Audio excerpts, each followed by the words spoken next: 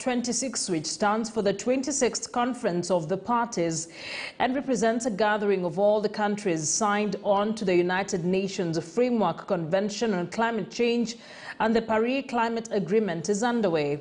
Among the thousands of delegates attending is 15-year-old Ian Ngunga, who will represent the Decarbonize project, a global youth manifesto on behalf of 35,000 youth from 54 countries. George Maringa caught up with Ian hours before he left for Glasgow at midnight and reports.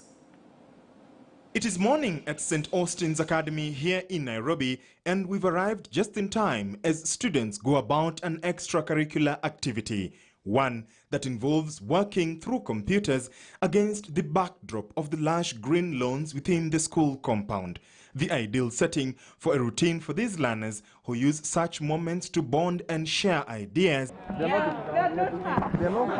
But it is a special day, as one of them, 15-year-old Ian Ngunga, will in a few hours leave for Glasgow, Scotland to participate in the climate change conference for the next 2 weeks. To the rest of the world, COP26 may be an assembly of policymakers, but Ian's project that has earned him a place on the global stage was born out of a passion, a desire which sprang when he was in year 7. In layman's language, this project is decarbonize, and this group behind me is the UNESCO group at our school. Together we work to solve world issues, and this year we've been selected to participate in the international project that is COP26. The Decarbonize project, a global youth manifesto which is done online, is the world's largest synthesis of education and action focused on climate change by children under the age of 18.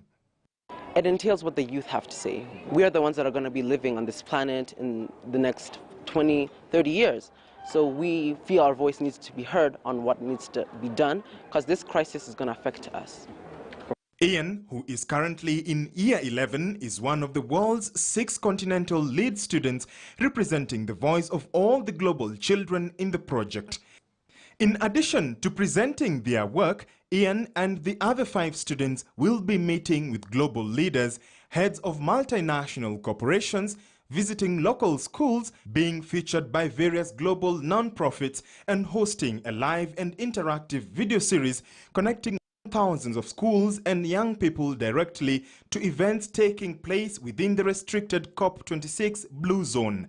Ian, who has received tremendous support from his parents, peers and school community for this project, which has taken him 2 years to execute, is privileged to represent the African continent. I feel, yes, our voices will be heard, and climate change will receive the recognition that it deserves as an issue in this world, especially from a perspective from the youth. Ian will be accompanied to Scotland for COP26 by Miss Mary Kulo, the school's lead educator for international projects, who started the climate change movement with the learners 5 years ago. It is massive work. It's a lot of research. It's a lot of writing.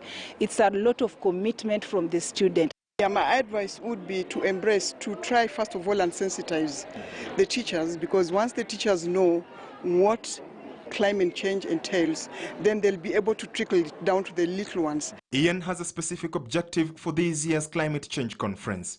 The world needs to transition from non-renewable energy to renewable energy, but how is the big question? Because there's so many factors to consider. He will be presenting their work in the Blue Zone, restricted to official conference delegates, including world leaders and official representatives from multinational NGOs and industry. The late Professor Wangari Maathai once said, "It is the little things citizens do that will make a difference."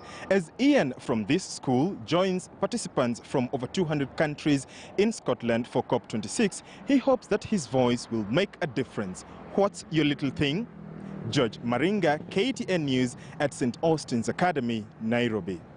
And certainly we continue to keep an eye on the COP26 as it continues to happen, bringing you all the key highlights and of course Kenya's participation in this very important conference on climate change.